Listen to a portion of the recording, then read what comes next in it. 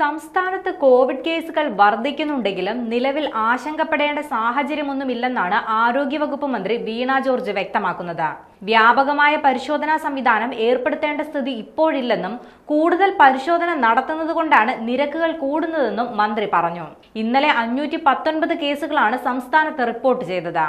പ്രായമായ ആളുകളും രോഗങ്ങളുള്ളവരും ദയവായി പൊതുവിടങ്ങളിൽ മാസ്ക് ധരിക്കാൻ ശ്രദ്ധിക്കണമെന്നും ആരോഗ്യമന്ത്രി പറഞ്ഞു. മറ്റ് രോഗങ്ങളുള്ളവർ പൊതുപരിപാടികളിൽ പങ്കെടുക്കുമ്പോൾ നിർബന്ധമായും മാസ്ക് ധരിക്കേണ്ടതാണ്. ആശുപത്രികളിലേക്കുള്ള അനാവശ്യ സന്ദർശനങ്ങളും ഈ സമയത്ത് ഒഴിവാക്കണമെന്നും മന്ത്രി പറഞ്ഞു. ആഗോളതലത്തിൽ കോവിഡ് കേസുകൾ ചെറിയ തോതിൽ വർധനവ് കണ്ടപ്പോൾ തന്നെ മന്ത്രിതല യോഗം വിളിച്ചു ചേർത്ത് സ്ഥിതിഗതികൾ അവലോകനം ചെയ്തിരുന്നു. അന്ന് മുതൽ തന്നെ സൂക്ഷ്മ നിരീക്ഷണം നടത്തണമെന്ന് തീരുമാനിച്ചിരുന്നു. അതിന്റെ ഭാഗമായാണ് കുറച്ച് കോവിഡ് കേസുകൾ റിപ്പോർട്ട് ചെയ്തത്. സംസ്ഥാനത്തെ എല്ലാ ജില്ലകളിലും പരിശോധനാ സംവിധാനവും ഏർപ്പെടുത്തിയിട്ടുണ്ടെന്നും മന്ത്രി പറഞ്ഞു.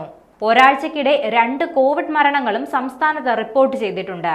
കൊല്ലം, തിരുവനന്തപുരം ജില്ലകളിലാണ് കഴിഞ്ഞയാഴ്ച കോവിഡ് മരണം റിപ്പോർട്ട് ചെയ്തത്.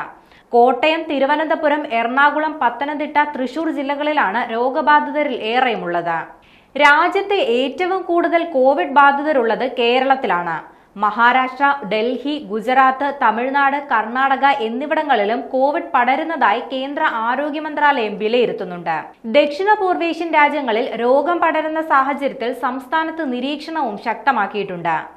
ജില്ലകളിൽ ഏതെങ്കിലും മേഖലകളിൽ രോഗപകർച്ച ഉണ്ടായോ എന്ന് നിരീക്ഷിച്ച് പ്രതിരോധ പ്രവർത്തനങ്ങൾ നടത്താനാണ് ജില്ലാ മെഡിക്കൽ ഓഫീസർമാർക്ക് നിർദ്ദേശം നൽകിയിരിക്കുന്നത്. വൈറസിന് വകഭേദം വന്നിട്ടുണ്ടോ എന്നറിയാനുള്ള സാമ്പിൾ പരിശോധന ആരംഭിക്കുകയും ചെയ്തിട്ടുണ്ട്.